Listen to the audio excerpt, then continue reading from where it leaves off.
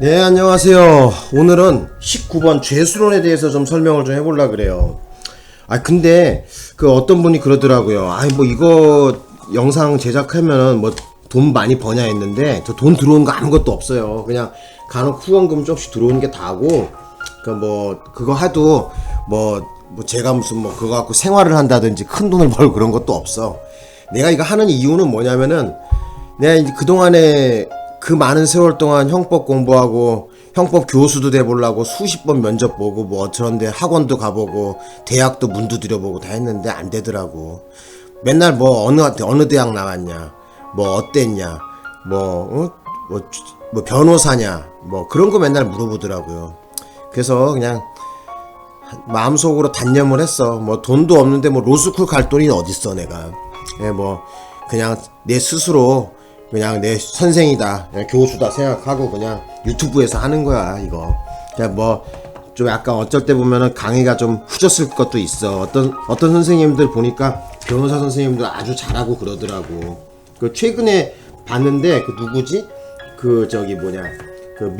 미래경찰학원의 김효번 선생님 같은 경우 아주 강의 끝내주게 잘하더만. 그런 강의도 들어보고 내 것도 들어보고 그래. 그러면 잘하는 선생님 거 다 들어보면 되지. 뭘 걱정해. 어떤 강의든 나한테 맞는 선생님이 있어요. 난 옛날에 언제냐 그때가 고등학교 막 댕길 때였는데, 영어가 어려우면은 영어 맨투맨을 봐라 뭐 이러더라고. 당시 1992년 이럴 때였었는데, 나는 근데 맨투맨 봐도 모르겠더라고 뭔 말인지. 그냥 이제 나중에 혼자서 계속 고민하다가 공부는 하고 싶은데 이해가 안 가는 거야. 뭔 말인지를 모르겠고 어떻게 시작해야 될지도 모르겠고, 책은 막 사놨어. 성문종합영어, 맨투맨, 무슨 영어, 천재 영어 다 사봤는데 안 되더라고. 맨날 100점 만점이면 30점, 20점 이러더라고. 나는 처음에 이게 머리가 어디가 좀 돌대가리라서 안 되는가 이랬더니 그게 아니야. 어떤 사부를 만났느냐가 중요하죠. 그리고 그것을 끝까지 지켜봐 주면서, 그죠? 뭐라 그래야 돼요. 성적이 오를 때까지 옆에서 계속 코치해주는 선생님이 필요한 것이죠. 우리 수영 선수 중에서 박태환 있잖아요. 박태환 선수 같은 경우 우리나라 동양 1등이고 세계 1등까지 찍고 금메달 따고 그랬는데, 그 선수를 보면은 말이에요. 코치가 수영 모르겠어요. 수영 선수로서는 별로 이렇게 저기는 모르겠는데, 노민상 코치 같은 경우, 감독 같은 경우에는 박태환이 꼬맹이 때부터 이렇게 계속 코치를 해왔고, 연습을 시킨 감독이잖아요. 근데 이제 박태환이 유명 선수가 돼갖고 한번 도핑인가 이상하게 억울하게 걸려갖고 저기 한 적이 있었는데, 다른 유명 선생들 코치들은 전부 다 주변을 떠나더라고요. 떠났는데 그 감독만큼은 그래 나한테 다시 와라 해갖고 또 코치를 또 해주고 감독을 해줬단 말이에요. 그래서 다시 재기해갖고 올림픽에서 금메달도 따고 그랬단 말이야. 그래서 나는 참 그런 운동선수들 이렇게 감독이나 코치를 보면서 그런 많은 걸 느꼈어요. 그래서 나도 글쎄 그래서 나한테 배워갖고 경찰도 되고 변호사도 됐다, 검사도 됐다, 판사도 됐다 이러면은 나는 그거로서 만족해. 내가 비록 유명하게 저기 한 건 없지만은 그래도 나한테 영향을 받아갖고 어떤 것을 뜻을 이루었다, 그것만으로도 만족합니다. 그리고 합격해갖고 자기가 그 합격의 자리에 이선주라는 사람이 있었다, 이런 거면 되는 거야. 그냥 큰 욕심도 없어 지금은. 어떤 분들 보면은 내가 마치 유튜브나 해서 큰 돈이나 버는 거로 생각하는데 버는 거 없어. 오히려 비용 더 들어. 나는 여기 출력해야지, 책 사봐야지, 시간 여기다 하루에 2시간 3시간씩 쳐부어야지, 고생 많단 말이야. 아무도 안 알아줘. 어떤 사람은 그런 걸 알아주고 후원금도 많이 이렇게 좀 주시고 하는 분도 있는데 고맙고, 그렇게 공짜로 얻어가지 않고 자기가 무슨 대가를 지불하고 가져가시는 분은 다 그게 순전히 자기께 되는 것이죠. 그죠? 우리가 쉽게 얻은 것은 그만큼 가치가 없다고 생각해요. 별 볼 일이 없고. 예. 저도 그 사업을 해보면은, 예, 뭐 이렇게 자기가 어떤 돈을 지불하고 이렇게 뭐예요, 서비스를 받으면은 그걸 소중하게 생각한다고. 근데 그렇지 않고 그냥 뭐 공짜로 막 하는 사람들이 있거든.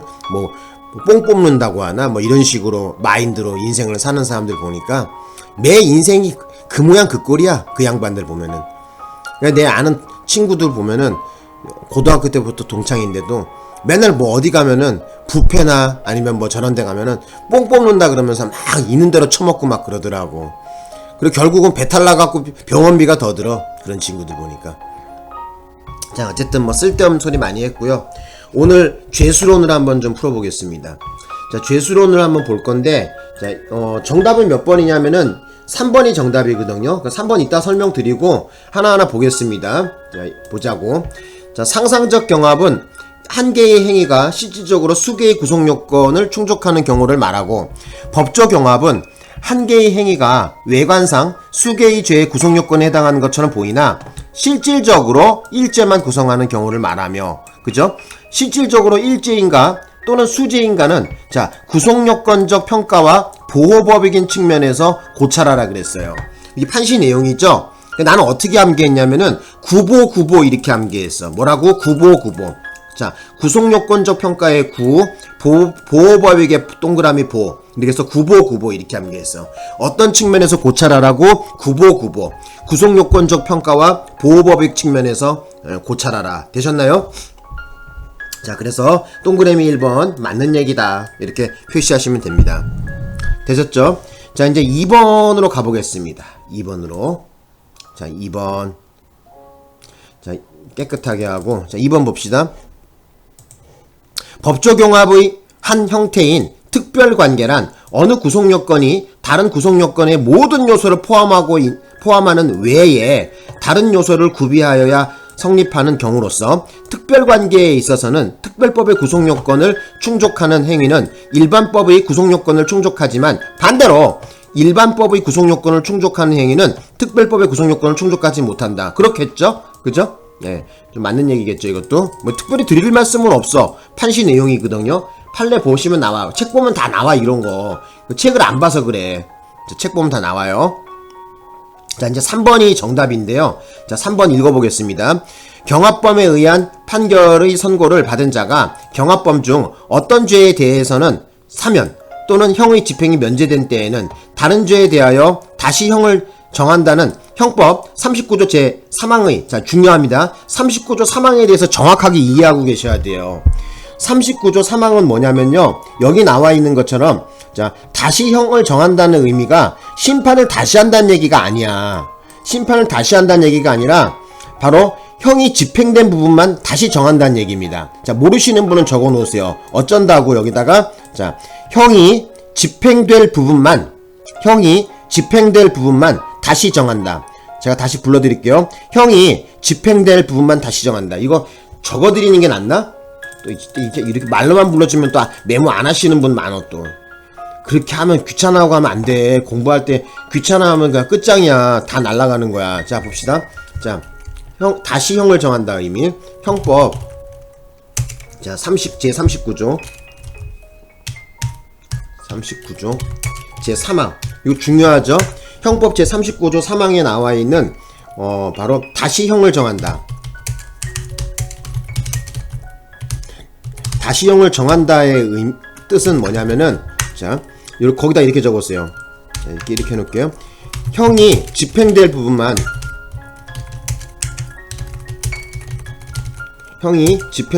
다시 정한다. 자, 이런 말입니다. 되셨나요? 다시 한번 말씀드릴게요. 자, 형법 제39조 3항에서 다시 형을 정한다는 뜻은 뭐냐면은, 자, 다시 재판을 한다는 의미가 아니라 형이 집행될 부분만, 자, 집행에 동그라미 하세요.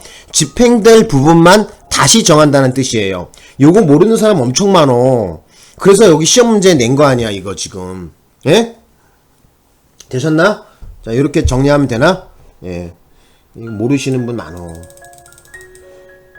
모르겠어. 나는 옛날에 이거 다 봤던 거라 갖고 그냥. 자, 봅시다. 또 그래서 여기 나와 있는데 심판 다시 한다는 의미가 아니다. 예? 심판 다시 한다는 게 아니라 뭐라? 형이 집행될 부분만 다시 정한다. 39조 3항에서 말하는 다시 형을 정한다는 말은 뭐라고요? 형이 집행될 부분만 다시 정한다. 아, 이게 몇 번씩 불러줬는데도 이거 안 적는 인간은 또 뭐야 이거. 적어 놓으라니까 메모로. 자, 되셨죠? 자, 이제 4번에 볼게요. 4번. 포괄일제에 대한 거거든요. 포괄일제 공부할 양 더럽게 많죠? 일단 읽어볼게요. 포괄일제라는 것은 일반적으로 각기 따로 존재하는 수개의 행위가 당의 구성요건을 한 번 충족하여 본래의 일제라는 것으로, 자, 이 수개의 행위가 혹은 흡수되고 혹은 사후행위가 되고 혹은 위법 상태가 상당 정도 시간적으로 경과하는 등으로 본래적으로 일제의 관계에 이루어지는 것이므로, 자, 어쩐다는 거야? 별개의 죄가 따로 성립하지 않음은 물론 과형상 일제와도 이 점에서 개념을 달리하는 것이다. 예, 맞는 얘기입니다. 그래서 포괄일제 하면 여러분들 알고 기억하고 있는 게 뭐뭐뭐 있어. 물어보면 또 모르지, 그죠? 이거 공부해야 돼. 이거 안 하면 망한다고. 자, 일단 포괄일제에 대해서 공부해보자 오늘. 포괄일제. 내가 손가락 왼쪽이 망가졌어. 모르겠어. 나이가 들면서 노화현상인지 이제 손가락 관절이 와갖고 하도 젊었을 때 뭐 이렇게 글을 많이 써서 그런지 지금 손가락이 왼손이 잘 안 움직여. 타이프를 잘 못 치겠어요. 그러니까 안 움직여. 그러니까 아픈 게 아니라 안 움직인다니까 이게. 손가락이 이게 구부러지지가 않아. 자, 볼게요. 일단 포괄일제의 뜻을 좀 적어볼게요. 자, 수개의 행위가 포괄적으로, 아유, 손가락이 아파 죽겠네. 포괄적으로 한 개의 구성 요건에 해당하여 일제가 성립하는 경우. 자, 요렇게 정리합니다. 자, 다시 한번 말씀드리겠습니다. 자, 포괄일제의 뜻입니다. 정확한 뜻을 알고 있어야 돼. 메모해 놓으셔. 저기다가 수첩에다가. 수개의 행위가 포괄적으로 한 개의 구성 요건에 해당하여 일제가 성립하는 걸 바로 포괄일제라 그래요. 그러니까 대표적으로 몇 개 샘플을 알고 있어야 돼요. 뭐 결합범, 계속범, 집합범, 연속범 뭐 여러 가지 있지만은 적어도 여러분들 머릿속에 한 2개, 3개는 머릿속에 기억하고 있어야 되지 않겠냐? 그죠? 나는 머릿속에 제일 기억을 오래 하고 있는 게 뭐냐면은 연속범을 기억하고, 포괄일제 같은 경우 연속범을 기억하고 있어요. 연속범. 그래서 대표적인 연속범이 뭐가 있냐면은 이런 게 있죠. 자, 공무원이 자, 1년 동안 같은 직례자로부터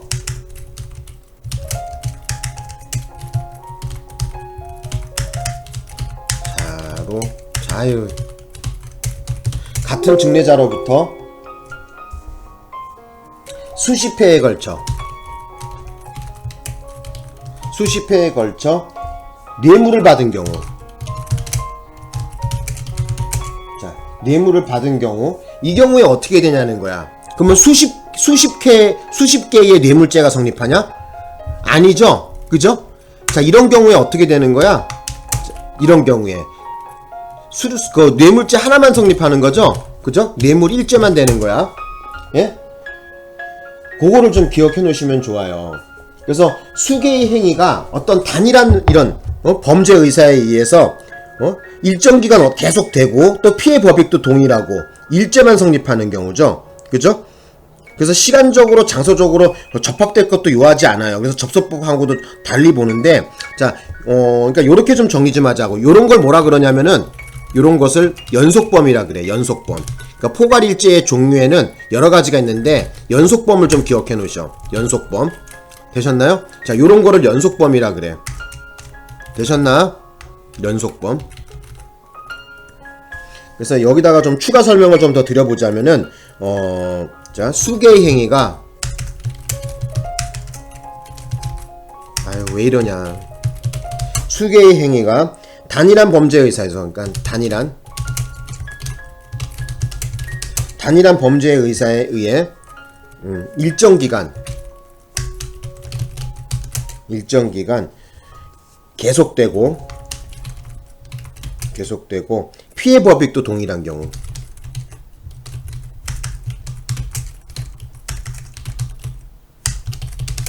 자, 요거를 좀 머릿속에 좀 기억해놔. 응? 되셨나요? 예. 그래서 요거를 좀 기억을 좀 해놓으셨으면 합니다.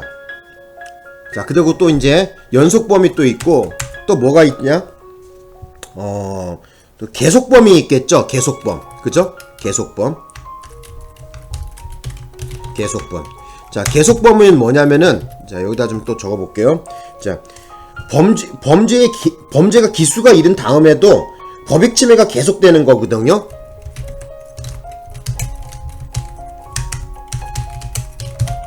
되어도 법익 침해가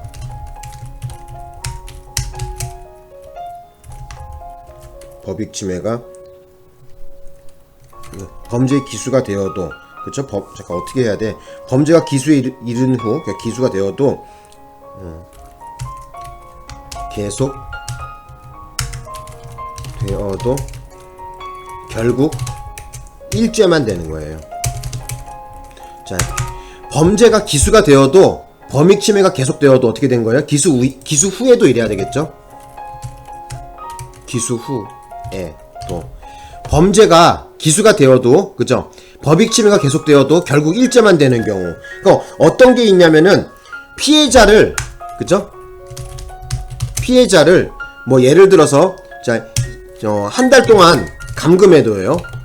감금해 두어도 피해자를 한 달 동안 감금해 두어도 어쩐다는 거야? 감금 일죄만 넣는 거야. 자, 요 샘플을 좀 기억해 놓으셔. 그래서 머릿속에, 그죠? 요 감금죄 같은 경우에는 어떻게 되는 거야? 그죠? 기수가 이룬 이후에도 법익 침해가 계속 지속되고 있는 거죠. 자, 그래서 자, 여기 보시면은 피해자를 한 달 동안 감금해 두어도 30일이니까 30개의 감금죄가 되는 게 아니라 감금 일죄만 된단 말이에요. 되셨나요? 요걸 갖다가 계속범이라 그래요. 그 다음에 또 뭐가 있냐면은 뭐라 그러죠? 결합범이 또 있죠. 결합범. 결합범 같은 경우에는 자, 어떤 범죄하고 어떤 범죄가 서로 구속요건 하나에 이렇게 섞여 있는 거거든요. 그죠? 그래서 독립된 어떤 범죄가 각각의 범죄가, 그러니까 여기 이렇게 보자. 각각의 범죄가, 그죠? 뭉쳐서 하나의 구속요건으로 구성하는 경우 있어요.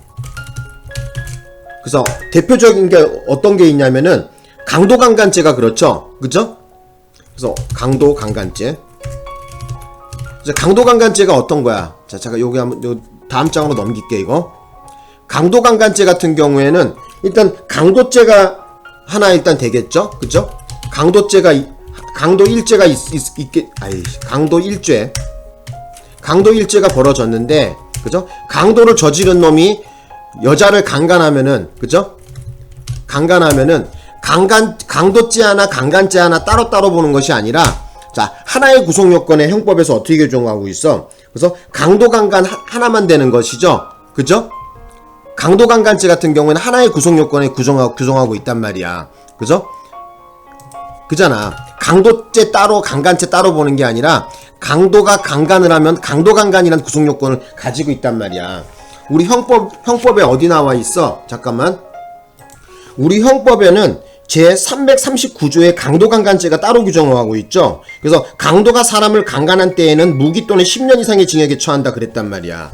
그죠? 그래서 강도강간죄의 구속요건이 어떻게 생겼어? 자, 여기 한번 제가 적어드릴게. 자, 강도강간죄의 구속요건. 자, 어떻게 나와있다? 형법 제 339조. 형법 제 339조에 어떻게 규정하고 있냐면, 제목은 강도강간이라고 나와있죠? 그죠? 그래서 강도가 강간한 경우에 강도죄, 강간죄 따로 보는 것이 아니라, 강도가 사람을 강간한 때에는,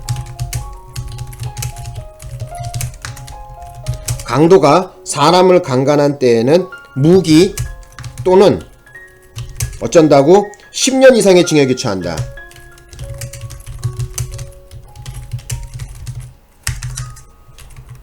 요렇게 보고 있잖아. 그죠? 그래서 결합범 같은 경우, 각각의 범죄가 뭉쳐서 하나의 구성 요건으로 된 게 있단 말이야. 대표적인 샘플 케이스를 기억하고 계셔. 이게 뭐라고? 강도 강간이야. 네? 그래서 강도가 강간했다 해갖고 강도죄 따로 강간죄 따로 보는 게 아니라 형법 제339조에서 강도 강간죄를 구성하고 있는데, 여기서 어떻게 구성하고 있어? 강도가 신분을 요구하죠. 강도라는 신분이 필요해. 강도가 사람을 강간한 때에는, 그래서 강도 강간죄를 따로 보고 있단 말이야. 따로 구성 요건을 다 독립해서 규정하고 있단 말이야. 예? 되셨죠? 요걸 기억하셔. 그래서 결합범 하면은 각각의 범죄가 뭉쳐져 하나의 구성 요건으로 완성되어 있는 경우. 그죠? 자, 그거 좀 알아두시고. 자, 그 다음에 또 하나 또 설명드릴 게 뭐냐면, 잠깐 여기 이렇게 빨리 안 바뀌냐. 또 하나 또 뭐가 있냐면은, 또 뭐가 있지? 집합범이 있죠, 우리 집합범. 그죠? 집합범. 집합범이 뭐냐면은, 쉽게 얘기하자면은, 대표적인 게 뭐가 있어, 이게, 여기에서. 구성요건 자체가 단일한 범죄의 사이에서 수개의 행위를 하더라도 한 개로 처벌하는 경우죠. 그죠? 뭐, 대표적인 게 상습범 같은 경우인데, 상습범으로 그 수회에 걸쳐갖고 절도하더라도 상습절도 하나만 되는 거죠. 그죠? 대표적인 샘플이 뭐예요? 상습범이에요. 상습범. 그죠? 상습범이 뭐가 있어? 자, 여기다 적어볼게. 상습적으로 수회에 걸쳐 도둑질하더라도 결국 어떻게 돼? 상습, 절도 1죄만 됩니다. 자, 요거 좀 알아두셔. 되셨죠? 예? 상습적으로 수혜에 걸쳐서 도둑질하더라도 절도 하나만 되는 거야. 그러니까 대표적인 또 어떤 게 있냐면은 편의점 알바 같은 사건이야. 편의점 알바가, 그죠? 알바가 퇴근하면서 맨날 담배 한 갑씩 뿌리 깠어. 담배 한 갑을 매일마다 퇴근 시 하나씩 훔치는 경우. 자, 이 경우에도 뭐야? 이 경우에도 바로 상습범으로서, 그죠? 집합범에 해당되는 거죠. 그래서 이것도 역시 뭐다? 포괄일죄로 보는 거야. 예? 되셨죠? 자, 그 다음에 또 뭐가 있을까? 자, 지금 뭐뭐 했어? 집합범 했고, 결합범 했고, 그 다음에 계속범 했고, 연속범 했고, 다 했나? 그리고 협의의 포괄일죄라고 또 있죠. 그쵸? 협의의 포괄일죄. 자, 이거 다음으로 넘길게. 자, 협의의 포괄일죄.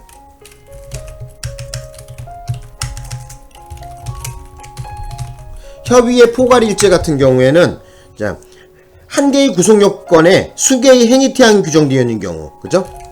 한 개의 구성요건에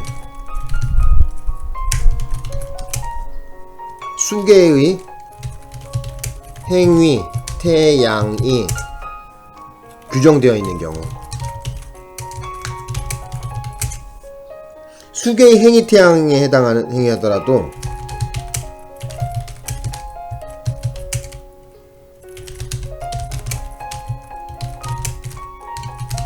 어쩐다는 거야? 한 개의 죄만 성립합니다. 자, 요렇게 정리 좀 해드릴게요. 그러니까 대표적인 게 뭐냐면은 피해자를 체포한 다음에 감금하는 경우, 이런 경우가 있겠죠. 그죠? 피해자를 체포한 후 그리고 감금하더라도 어쩐다는 거야? 감금 1죄만 됩니다. 되셨나요? 자, 요렇게 보시면 될 것 같아요. 다 설명했나? 내가 이제 뭐 빠진 거 없나? 자, 그리고 그것도 있죠. 접속범이 있죠. 자, 접속범을 설명 안 했네요. 접속범.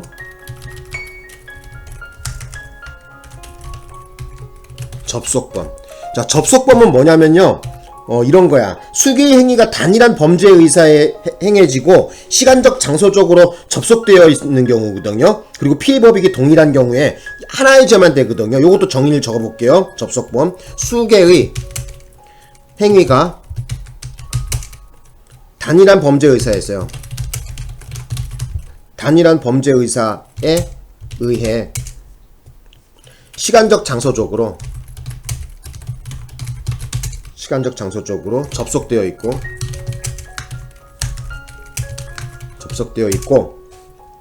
피해 법익이 동일한 경우. 자, 요런 경우죠. 그죠? 자, 요런 경우에 어쩐다? 1죄만 된다는 거야. 예? 이걸 접속범이라 그래요. 예? 근데 이 접속범 같은 경우에는 대표적인 샘플 케이스를 말씀 좀 드려보자면은 한 번 선소한 증인이 여러 사실에 대해서 허위의 진술을 하더라도 위증죄 1죄만 되는 거야. 그죠? 한 번 선소한 증인이 여러 가지 사실에 관하여 허위 진술을 하더라도 어쩐다? 위증 1죄만 되는 거예요. 되셨나? 요게 이제 접속범의 대표적인 샘플이야. 그리고 또 하나 말씀 좀 드려보자면은 이런 경우가 있어. 그 도둑놈이 피해자 집에서 1시간 동안 여러 가지 물건을 훔쳐가도 훔쳐도 역시 절도 1죄만 돼요. 그래서 도둑놈이 피해자 집에서 1시간 동안 여러 가지 물건을 훔쳐도 어쩐다는 거야? 절도 1죄만 됩니다.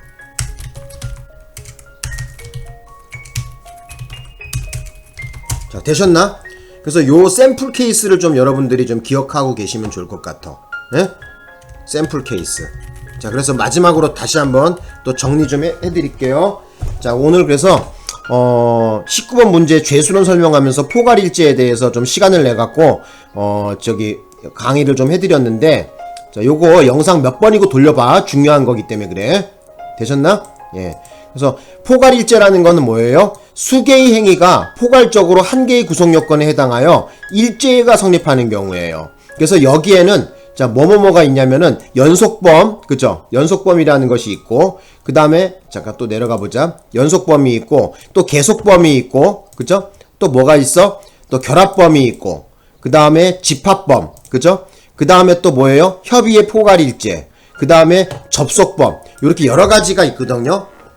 그 접속범을 마지막으로 했는데, 그래서 하나하나 다시 한번 살펴보면은 연속범 같은 경우에는 자, 공무원이 1년 동안 같은 중례자로부터 수십 회에 걸쳐서 뇌물을 받았다면은 뇌물 1죄만 된다는 거야. 뇌물죄 30개가 365개가 아니라. 예?